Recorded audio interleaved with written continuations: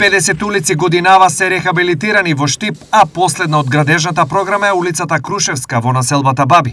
Останата улица која што е предвидена во деновите кои што следуваат е улицата која што води кон филтер станицата во населба Баби, тоа е улица Крушевска Република. Верувам дека временските прилики ќе не послужат и за останати улици предвидени во програмата за уредување на градежно земјиште и со тоа да ја заокружиме оваа 2024 година со голем број на рехабилитирани и реконструирани улици.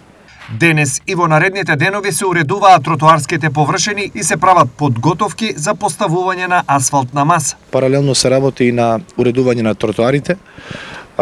За рехабилитација на асфалтната маса одвоени се нешто повеќе од 1 милион денари за поставување на асфалтна маса. Очекувам овие денови да се изврши нанесувањето на асфалтната маса и да продолжиме и во наредните денови со активности на останати улици.